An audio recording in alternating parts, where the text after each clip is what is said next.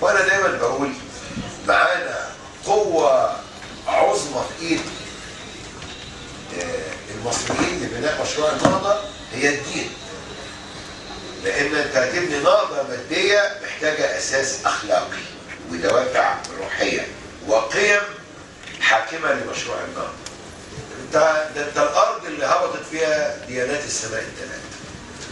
ناخذ العدل اللي هو صلب الشريعة الاسلامية، والمحبة اللي هي قلب الدين المسيحي، وبالعدل والمحبة احنا نقدر نعمل اطار قيمي رائع كاساس لاي بنية مادية نبنيها. الاسلام دين اشتراكي حسب فهمنا. الاسلام دين الانتصار للفقراء. الاسلام هو الانتصار للمستضعفين في الارض. الاسلام هو ان تاخذ ممن عنده فضل ظاهر او زاد لتعود به على من لا ظهر ولا زاد له. الاسلام هو ان الواحد يبقى يدعو الله ان يكون من المساكين ويحشر معه يوم الدين. الاسلام هو كلمة ابو بكر: لا ما دخل الفقر قرية الا وقال للكفر خذني معك.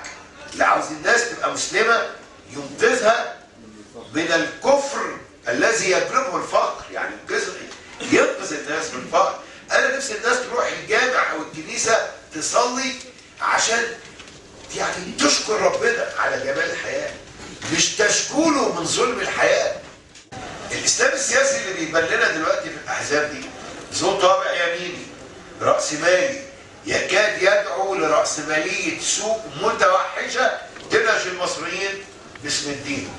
ده فهمهم بالإسلام، لكن أنا أبرئ الإسلام من أي قول يستخدم الإسلام عشان يستغل الفقير أو يظلم أحد في رأيه أو يتم التمييز ضد أي مواطن باسم الدين. فنحن أحوج ما نكون لديننا ونقدمه كدين للعدل، للمساواة، لتجريم التمييز. وأنا رأيي إن الخطاب الديني إسلاما ومسيحية في مصر محتاجناه.